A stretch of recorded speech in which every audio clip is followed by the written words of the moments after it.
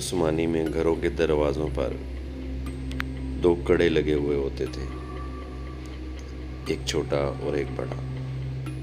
جب چھوٹا کڑا کھٹکھٹایا جاتا جو سمجھا جاتا تھا کہ دروازے کو کھٹکھٹانے والی کوئی خاتون ہے، چنانچہ گھر کی کوئی ذمہ دار خاتون اٹھتی اور دروازہ کھولتی، اور جب بڑا کڑا کھٹکھٹایا جاتا تو سمجھا جاتا تھا کہ دروازے پہ کوئی مرد ہے، چنانچہ گھر کا کوئی مرد اٹھتا اور وہ دروازہ کھولتا تھا۔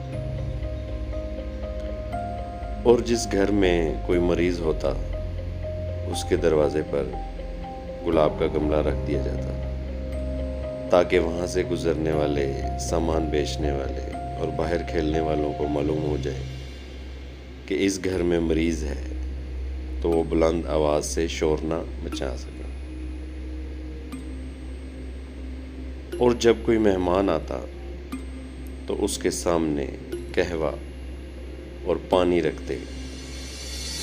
اگر مہمان قہوہ پیتا تو وہ سمجھ جاتے کہ مہمان خوب سیر ہو کر آیا ہے، اور اگر مہمان پانی پیتا تو وہ سمجھ جاتے کہ مہمان بھوکا ہے۔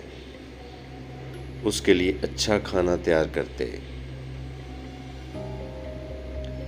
جب کسی بندے کی عمر 63 سال سے زیادہ ہوتی تو کوئی بندہ ان سے عمر کا پوچھتا تو وہ اتنا ادب و احترام کو سامنے رکھتے،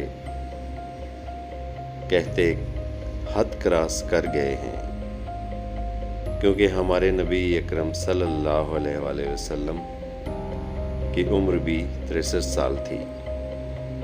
ترک لوگوں کی یہ بہت ہی پیاری عادات تھیں، بہت زیادہ مہمان نواز تھے۔